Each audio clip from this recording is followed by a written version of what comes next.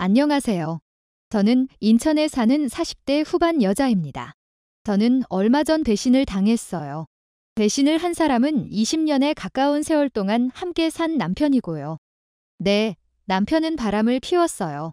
그것도 제 고등학교 동창과 말이죠. 어쩌다 이토록 우라통이 치미는 일을 겪게 되었는지 사연 보내볼게요. 저는 어릴 적 굉장히 가난했어요. 속된 말로 흙수저라고 하죠. 얼마나 가난했는지 저희 아버지는 제게 중학교까지만 졸업하라고 하더군요. 다행히 할머니의 만류 덕분에 고등학교에 진학할 수 있었지만요. 고등학교에 진학하게 된 저는 이를 악물었습니다. 가난한 집안 형편을 극복하기 위함이기도 했고, 저를 고등학교에 보내지 않으려던 아버지에게 보여주기 위함이기도 했죠. 그만큼 간절했거든요. 그렇게 되니 아버지도 저를 인정하시더라고요. 물론 제가 공부만 한 건 아니었어요. 공부를 열심히 하는 와중에도 교우 관계는 원만했습니다. 그중에서도 가장 친한 친구는 짝꿍인 선이였어요. 선이는 피부도 하얗고 얼굴도 참 예쁜 아이였습니다. 공부를 잘 못하긴 했지만 예쁘게 태어나서 시집 갈 걱정은 하지 않았죠. 예쁜 얼굴을 가지지 못한 저는 선이가 참 부러웠어요. 그렇게 단짝이었던 선이가 내 뒤통수를 칠 줄은 그때는 상상조차 못했었네요. 아무튼 그런 학창시절을 졸업한 후 저는 중견기업의 사무직원으로 취직하게 되었어요. 고소득이라곤 할 수 없지만 또래 여자애들보다 월급이 높았기에 기분이 좋았죠. 그렇게 몇 년 뒤 소식이 들려왔어요. 단짝 친구 선이가 결혼을 했다는 소식이었습니다. 20대 초반의 결혼이라니? 친구들은 엄청 놀랐지만 남편의 재력을 듣고는 그럴만하다며 고개를 끄덕였어요.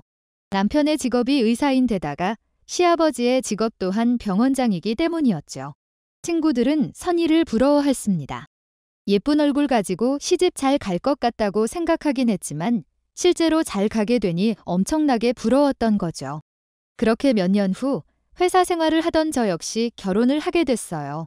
남편은 저희 회사 과장님으로 평범한 능력을 가진 사람이었습니다. 남편을 많이 사랑한 덕분인지 신혼생활과 동시에 아이가 덜컥 생겨버리더군요. 그래서 어쩔 수 없이 일을 그만두게 돼 전 육아에 전념하기로 했습니다. 그러던 어느 날 남편이 제게 중요하게 할 말이 있다면서 충격적인 말을 꺼내더군요. 진지하게 말을 꺼냈어요. 여보, 나 회사 이번 달까지만 다니려고. 응? 그게 무슨 소리야? 박 부장님 있지? 이번에 명예퇴직 당하셨어. 이제 내 차례도 언제 올지 몰라. 그러니까 잘리기 전에 그만두고 내 사업 시작하려고. 사업? 무슨 사업을 하려고? 내 친구 형식이 알지? 걔가 몇 년 전에 회사 나와서 치킨집 차렸거든. 근데 그게 대박이 나서 이번에 3호점 했더라고. 그 자식도 했는데 나라고 못할 거 있어. 나도 치킨집 한번 차려서 대박 한번 내보게. 여보, 사업을 하는 거야 좋은데 왜 하필 요식업이야? 당신이 나랑 결혼하고 주방 한번 들어와 본 적 있어? 그런 것도 아니면서 회사 다니던 사람이 어떻게 갑자기 치킨집을 차려? 저는 남편을 만류했어요. 하지만 한번 사업에 꽂힌 남편을 말리기는 정말 쉽지가 않더군요. 결국 남편은 퇴사를 한 후 퇴직금과 살고 있는 집을 담보로 대출을 받아 치킨집을 크게 차렸습니다. 솔직히 못 믿어왔지만 남편이 하는 일이라 잠자코 지켜봤죠. 그런데 이 사람이 시간이 아무리 지나도 월급을 도통 가져다 주지 않더군요. 대체 왜 생활비를 주지 않냐고 물어도 투자금으로 썼으니 일단 있는 걸로 버티라고 하더군요. 하지만 그게 6개월이 지나가자 저는 결국 한 소리를 하고 말았어요. 당신 대체 뭘 하는 거야? 아니 돈을 그렇게 끌어다가 가게를 차렸으면 무슨 얘기가 있어야 할 거 아니야? 내가 지금 뭐 큰돈 달래. 그냥 생활비만 달라는 거잖아. 근데 왜 아무 얘기도 없는 건데? 나는 그렇다 쳐도 애는 어떡하라고. 제가 굶는 건 괜찮아도 제 아이가 굶는 건 참을 수 없던 저는 그동안 참아왔던 분노를 폭발시켰어요. 하지만 남편은 알겠다는 말만 반복하더군요. 그렇게 재촉하면 일이 더 안 풀린다는 얘기만 하고요. 하지만 6개월 뒤 남편은 가게를 폐업했다는 소식을 전하더군요. 알고 보니 남편의 치킨집은 장사가 된 적이 한 번도 없었고 엄청난 유지비를 대출로 메우고 있었어요. 그 얘기를 듣자마자 어찌나 어이가 없던지 세상이 무너지는 것 같았습니다. 그동안 남편을 철석같이 믿고 가게 사정을 들여다보지 않던 제 자신이 참 바보처럼 느껴지더군요. 아무튼 그렇게 저희는 빚더미에 앉게 되었어요. 빚독촉을 하는 고지서는 매일 쌓여가는데 남편은 집에서 소주만 연거푸 들이키더군요. 애는 오는데 돈은 없는 상황. 정말 지옥 같았어요. 돈을 구해야만 했죠. 하지만 대출이 쌓여있는 상황에서 제게 돈을 빌려줄 기관은 없었어요. 그런 상황에서 떠오른 게 고등학교 동창 선희였습니다. 어릴 적 자매처럼 지낸 데다가 유복한 집안에 시집을 간 선이라면 제게 도움을 줄 수 있을 거라 생각했어요. 결심이 선 저는 곧바로 선희에게 전화를 걸었습니다. 현수가 오랜만이네. 무슨 일이야? 응, 선희야. 잘 지냈어. 사실 다른 게 아니라 갑자기 연락해서 이런 말하는 게 갑작스럽다는 건 너무 잘 아는데 내가 너무 힘들어서. 미안하지만 나 딱 200만 원만 빌려줄 수 있을까? 이번에 남편이 가게를 정리해서 빚이 많은데 당장 생활비가 없어서. 이렇게 부탁 좀 할게. 저는 간절한 심정으로 선희에게 부탁했어요. 솔직히 더 많은 금액이 필요했지만 친구에게 연락해 돈을 꾸는 게 미안해 당장의 생활비만을 부탁했죠. 그리 큰 금액이 아니기에 돈을 빌릴 수 있을 거라 생각하기도 했고요. 하지만 제 예상과는 달리 선희는 제게 싸늘한 반응을 보이더군요. 돈. 미안한데 나는 아무리 가까운 사이라도 돈 거래 안 해. 그러니까 돈은 못 빌려주겠다. 선희야, 정말 미안한데 이번 한 번만 부탁하면 안 될까? 내가 어디에도 돈을 빌릴 수가 없어서 그래. 내가 굶는 건 상관없는데 우리 애까지 굶고 있어서 그래. 부탁 좀 하자. 응. 너도 애엄마니까 이게 어떤 심정인지 알 거 아니야. 아니, 얘가 왜 이래. 안 된다고 말했잖아. 그리고 내가 애엄마인 거랑 너랑 무슨 상관인데. 그 애가 내 애야? 내가 남편 잘못 만나서 분유값도 못 버는 걸 왜 내 탓을 하니? 정말 어이가 없어서. 됐고, 나 끊을 테니까 돈이나 꿀 거면 다신 전화하지 마. 선희는 그렇게 말하며 매몰차게 전화를 끊더군요.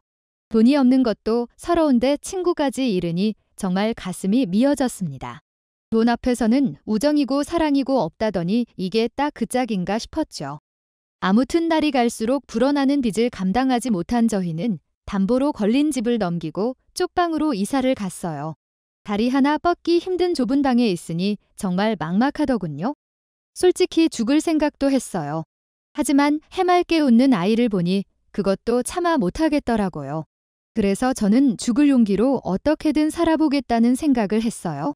그리고 무슨 일이든 정말 닥치는 대로 했답니다.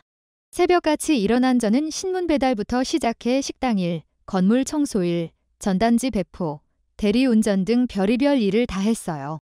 힘들고 고된 일이 참 많았지만 집에 있을 아이를 생각하며 이를 악물고 버텼죠. 그렇게 쪽잠을 자고 일만 하는 생활을 4년 동안 하니까 가게가 정상화되더군요. 대부분의 빚을 상환하니 남편도 기력을 되찾고 공사판에 나가 잡부로 일을 하기 시작했고요. 저희 가정에 다시 활력이 생긴 거였죠. 그러던 어느 날 엄마에게 전화가 왔습니다. 현수가 엄마 친구 미숙이 아줌마 알지? 그 아줌마가 이번에 이민을 간다고 하거든. 그래서 식당을 싸게 처분한다고 하는데 어떻게 너 생각 좀 있니? 내가 맡아서 하면 잘할 것 같은데? 내가 어릴 때부터 손맛은 아주 야무졌잖니? 엄마는 친구분이 하시던 식당을 인수할 생각이 있냐고 물으셨어요. 생판 모르는 가게라면 그냥 거절했겠지만 저 역시 어릴 적부터 자주 가던 곳이라 어쩐지 솔깃하더군요. 그 가게는 지역의 맛집으로 장사가 꽤 잘 되던 자리였거든요. 일단 전화를 끊은 저는 남편에게 상의했어요. 여보, 우리 엄마 친구분 중에 미숙이 아주머니 알지? 그분이 이번에 이민을 가시는데 가게를 급하게 처리하느라 싸게 넘기시는 모양이야. 그래서 내가 거길 좀 맡아서 해보고 싶은데 어떻게 생각해? 그래, 잘 됐네. 지금껏 당신 고생만 했는데 당신 이름으로 된 가게 하나 정도는 있어도 나쁘지 않지. 걱정하지 말고 당신 하고 싶은 대로 해. 내가 투잡을 하든 쓰리잡을 하든 어떻해서라도 뒷바라지할 테니까. 남편은 몇 년 전에 치킨집을 말아먹은 것에 대해 보답하고 싶다며 제게 가게를 맡아서 해보라고 했어요. 남편의 말에 용기를 얻은 저는 엄마에게 전화를 걸었고 가게를 인수하겠다고 말했습니다. 그렇게 가게를 인수한 저는 무슨 메뉴로 가게를 운영할지 고민하다가 제가 가장 자신 있는 집밥을 테마로 백반집을 차렸어요. 한국 사람 중에 백반 싫어하는 사람은 없으니까 실력만 제대로 발휘하면 성공할 수 있을 거라 생각했죠. 그리고 제 생각은 제대로 적중했습니다. 오픈 첫날부터 사람들이 몰리더니 나중에는 줄을 설 정도로 손님들이 몰리더라고요. 그땐 정말 정신없이 일했네요. 자연스럽게 돈도 엄청나게 벌었고요. 퇴근하고 나서 정산을 하면 이게 정말 내 돈인가 싶을 정도로 어마어마한 돈을 벌곤 했어요. 하지만 저는 절대로 자만하지 않았습니다. 한번 망해봤기에 다시는 그 지옥으로 돌아가고 싶지 않았거든요. 그렇기에 저는 몰려드는 손님들을 응대하기 위해 최선을 다했어요. 그렇게 7년 정도를 일하니까 예전에 사무직으로 일했을 때는 절대로 벌 수 없는 금액이 통장에 쌓여 있더군요. 그만큼 가게가 잘 되었던 거죠. 하지만 저는 그래도 마음을 놓지 않았어요. 제 아이가 배고파서 울던 때로 돌아갈 수는 없었거든요. 그렇게 저는 모든 돈을 탈탈 털어 3층짜리 상가 건물을 매입했습니다. 서울은 아니지만 나름 수도권에 제 이름으로 된 건물을 샀다는 게 정말 기뻤어요. 몇 년 전에 쪽방에서 셋이서 자던 시절이 생각이 나는 바람에 눈물도 참 많이 흘렸네요. 아무튼 건물주가 된 저는 백반집을 운영함과 동시에 건물을 관리했죠. 그러던 어느 날이었어요. 2층 세입자한테 볼 일이 있어서 계단을 오르는데 건물 청소부가 대걸레로 복도를 열심히 닦고 있더군요. 수고 많으십니다. 저는 고생하시는 분께 인사를 하고 올라가려 했어요. 그런데 얼핏 본 청소부의 얼굴이 낯익다는 생각이 들더라고요. 저는 계단을 오르던 발걸음을 멈추고 뒤를 돌아보았죠. 건물 청소부는 제가 보는 줄도 모르고 열심히 걸레질을 하고 있었고요. 저게 누굴까 하고 생각하던 저는 건물 청소부의 정체를 알아보고 깜짝 놀라고 말았습니다. 너 설마 선희? 건물 청소부의 정체는 다름 아닌 선희였어요. 청소 복장에 화장조차 하지 않아 긴가민가 했지만 확실히 선희더군요. 뭐? 현수가. 열심히 대걸레질을 하던 건물 청소부. 아니, 선희는 저를 바라보며 놀란 표정을 짓더군요. 저는 그런 그녀에게 물었어요. 선희, 내가 여기에 왜 건물 청소를 하고 있는 거야? 저는 이 상황이 도무지 이해가 되지 않았어요. 금수저 의사 남편을 만나 사모님 소리를 들으며 살고 있어야 할 선희가 건물 청소를 하고 있기 때문이었죠. 남편이랑 이혼하는 바람에 그렇게 됐어. 알고 보니 선희는 의사 남편과 이혼을 했다더군요. 사유는 말해주지 않았지만 남편 욕을 하지 않는 것을 보니 자신의 잘못으로 갈라선 듯 했어요. 그나저나 현숙이, 너는 여기에 웬일이야? 혹시 이 가게에서 장사해? 아니, 여기는 그냥 내 건물이야. 뭐? 건물. 이 건물이 진짜 내 거라고. 선희는 이 건물이 제 거라는 사실을 믿지 못하겠는지 같은 질문을 몇 번이나 하더군요. 저 역시 같은 답변을 몇 번이나 해주었고요. 제 건물이라는 것을 믿게 된 선희의 얼굴이 파리하게 질리더군요. 자신은 남편에게 이혼을 당해 건물 청소나 하면서 힘들게 사는데 친구인 저는 건물주가 되어 이렇게 잘 살고 있었으니까요. 솔직히 저 역시 비슷한 감정을 느꼈습니다. 의사 사모님으로 떵떵거리며 살 줄 알았던 선희가 저렇게 초라하게 살고 있는 모습을 보니 마음이 안 좋더라고요. 일전에 돈을 빌려달라고 했을 때 매몰차게 거절했던 게 잊혀질 정도로 선희가 안쓰러웠죠. 아무튼 저희는 그렇게 인사를 하고 헤어졌어요. 저는 바쁜 백반집으로 돌아가야 했고 선희는 자신의 1인 건물 청소를 열심히 해야 할 테니까요. 저는 건물주가 되어서도 백반집과 건물 관리를 소홀히 하지 않았습니다. 비록 3층짜리 밖에 안 된 작은 건물이지만 제 희망이었기 때문이었죠. 저희 집안을 일으켜준 가게인지라 손님들에 대한 의리로라도 게을리 운영할 수는 없었어요. 그러던 어느 날 남편이 제게 묻더군요. 여보, 혹시 건물 청소하는 사람이 당신 동창이야? 응, 내 동창이야. 전에 말했었지? 20대 초반의 의사한테 시집간 선희. 기억하지? 근데 그분이 이번 월급 좀 가불해달라는데 어떻하지? 월세가 많이 밀려서 부탁 좀 한다던데? 남편에게 월급을 가불해달라고 했다는 선희의 부탁에 저는 고민했어요. 10년 전에 제 부탁을 거절했던 선희가 생각났기 때문이죠. 하지만 똑같이 굴면 똑같은 사람이 된다는 생각에 저는 가불해주라고 했습니다. 하지만 호의가 계속되면 권리가 된다고 가불은 한 번으로 끝나지 않더군요. 그때마다 남편은 가불을 해주었고 도저히 안 되겠다고 생각한 저는 선희에게 전화를 걸었습니다. 선희야, 너 월급 가불하는 거 말인데 이제부터는 안 될 것 같다. 이 정도면 나도 해줄 만큼 해줬다고 생각하니까 이제 우리 남편 조르는 일은 없었으면 좋겠어. 저는 나름 신사적으로 말했답니다. 하지만 선희는 일전에 기죽었던 모습과는 달리 기가 찬다는 듯이 대답하더군요. 넌 친구가 힘들다는데 그 정도도 못 해주니. 내가 어디 다른 데에 쓴다고 빌려달라고 했어. 월세랑 생활비가 너무 밀려서 부탁한 거야. 좀스럽게 그게 뭐니? 건물주라고 되는 거야, 뭐야? 선희는 가불을 한 주제에 제게 오히려 화를 내더군요. 그렇게 나오니 저도 갑자기 분노가 치밀었어요. 동창이라는 이름으로 가불을 해줬는데 이딴 식으로 나오는 게 굉장히 불편했거든요. 너 지금 장난해.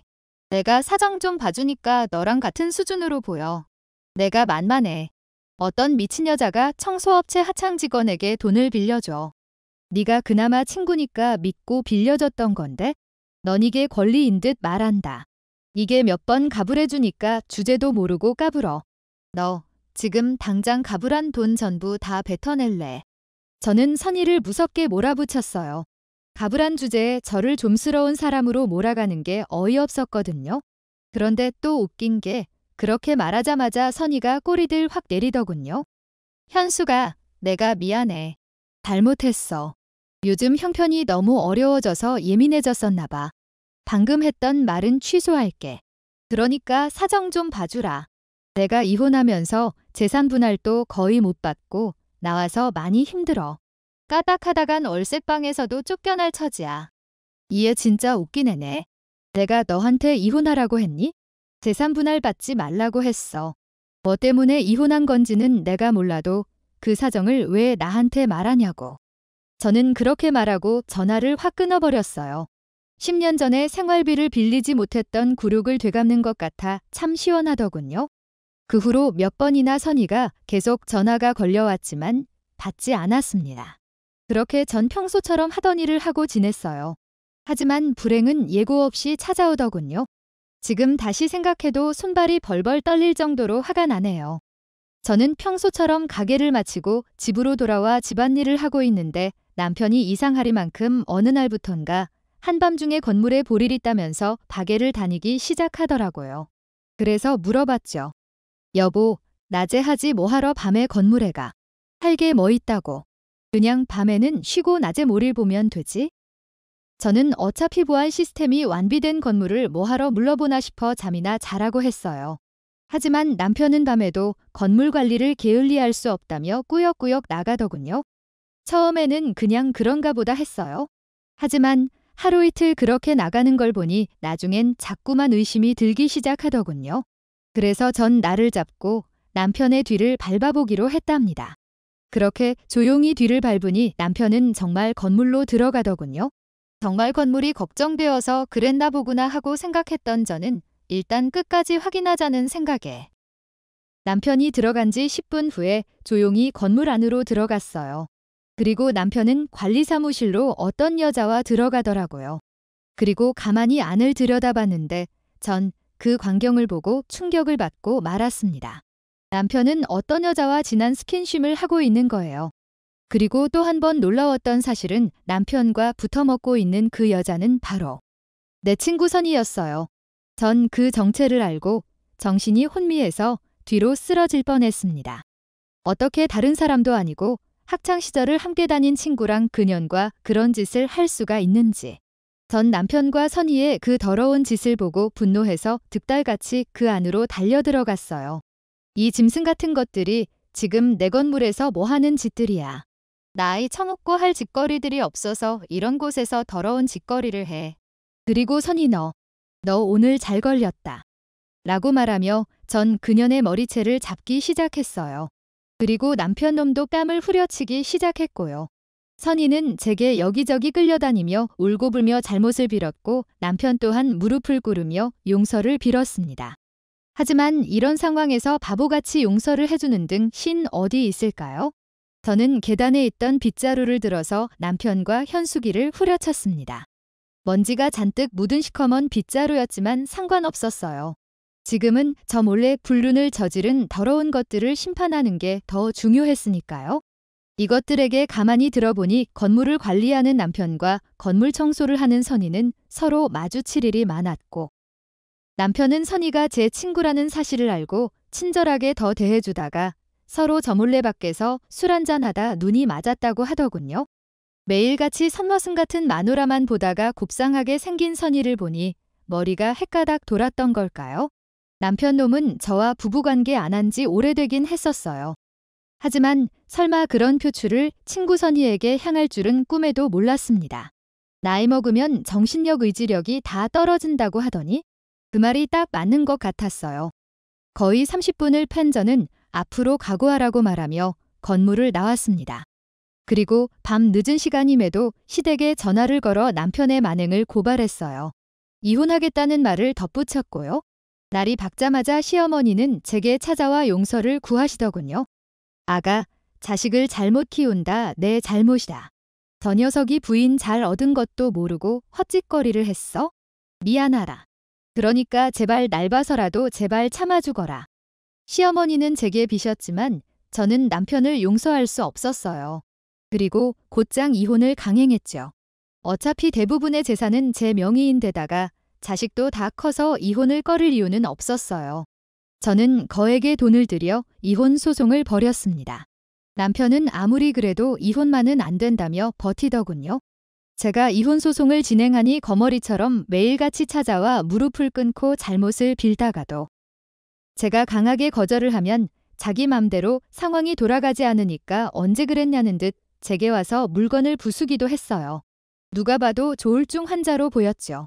그래서 전 남편이 물건을 부수고 위협하는 장면들을 찍어서 접근 금지 명령 신청을 했고요. 제 근처에는 오지도 못하게 만들었습니다. 그리고 그 이후 남편의 씨를 아예 말려버리기로 결심을 하고 실행을 했습니다. 먼저 매달 시어머니에게 드리는 용돈 80만 원도 바로 끊어버렸고 2년 전에 내 돈으로 마련해드린 시어머니 집도 부동산에 내놨어요. 어머님이 살아생전에 편히 사시라고 마련해준 집이지만 어차리 집 명의는 제 이름으로 해놓은 거라 가능했던 일이었죠. 그리고 남편이 타고 다니는 벤츠 승용차. 신용카드도 처분하고 정지를 아예 시켜버렸습니다. 그걸 팔아버리니 전화해서는 소리를 꽥꽥 지르고 난리 부르스를 치더군요. 하지만 전 눈 하나 꿈쩍 안 했습니다. 어차피 내 재산 그대도 돌려받은 것뿐이니까요. 남편이 어차피 신용불량 인생이었기에 사회생활할 수 있는 모든 것들은 저를 통해서만 할 수 있었는데 아무것도 못하게 제가 두 손 두 발 다 묶어버린 거였죠. 과거에 한 번 남편 신용불량 풀려고 한 적이 있었는데 남편이 그러더라고요. 어차피 당신 있는데 뭐하러 그렇게 해. 당신 명의로 생활하면 되지 라고 말이죠. 남편은 모를 겁니다. 지금 그 발언이 자기 인생을 처참하게 만들 수가 있고 후회할 말이었다는 사실을요. 본인도 이런 일이 벌어질 줄은 아마 꿈에도 생각을 못했겠죠. 남편은 어느 날 전화해서는 서럽게 울면서 말하더군요. 진짜 당신 무섭다. 꼭 이래야겠어. 아무리 그래도 어머님 집은 사실 때까지 살게 해드려야지.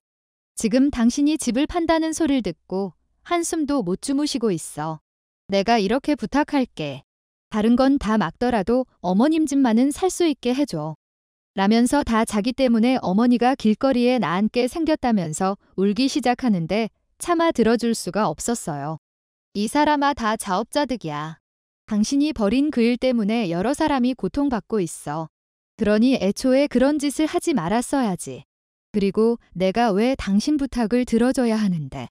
당신과 이혼하면 이제 어머님도 나하곤 남남이야. 그러니까 당신이 일을 해서 어머님을 모시든 말든 당신이 알아서 해. 그렇게 전 매정하게 전화를 끊어버렸어요. 그 이후 땡전 한 푼 없이 제게 쫓겨난 남편은 어디 공사판을 전전하고 있다고 하더라고요.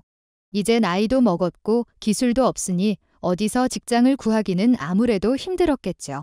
얼마나 힘들었으면 아들에게 전화해서 100만 원을 빌려달라고 했다고 하더군요. 아무리 찌질해도 그렇게 찌질할 수가 있을까요? 아들도 그러더라고요.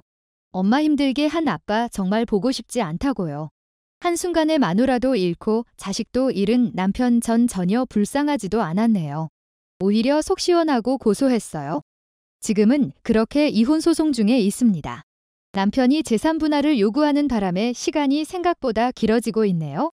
그래도 어떻게든 전 재산을 지키려고 해요. 다름 사람도 아닌 제 친구랑 바람핀 남편 저는 절대 용서할 수 없으니까요. 그리고 모든 걸 알아보니 그동안 선희가 가불해 갔던 거는 선희가 힘들게 살고 있던 걸 알고 있었던 남편이 선희에게 도움을 주기 위해 가불을 핑계로 제게 돈을 요구를 했었던 거였어요. 저는 선희에게도 철퇴를 내렸어요. 선희에게 따로 위자료, 소송을 걸어서 2천만 원의 배상하라는 판결을 받았습니다. 2천만 원이 없던 선희는 제게 시간을 달라고 했지만 전 먼지까지 탈탈 털 작정으로 선희가 살고 있는 집 보증금을 담보로 소송을 진행하고 있는 중이에요. 법원에서 과연 제 압류 소송을 받아줄지 아니면 매달 나눠서 지급하라고 할지 알 수는 없지만 전 지구 끝까지 찾아가서 받아낼 겁니다. 물론 제게 2천만 원 있어도 그만 없어도 그만인 돈이지만 선희에게는 그 2천만 원이 자신의 삶에 있어서 가장 뺏기기 싫은 돈일 테니까요. 그렇게 저는 남편과의 소송 선희와의 소송 결과를 각각 기다리고 있습니다. 변호사 말로는 조만간 결과가 나올 것 같다고 하는데 우선 기다려봐야겠죠.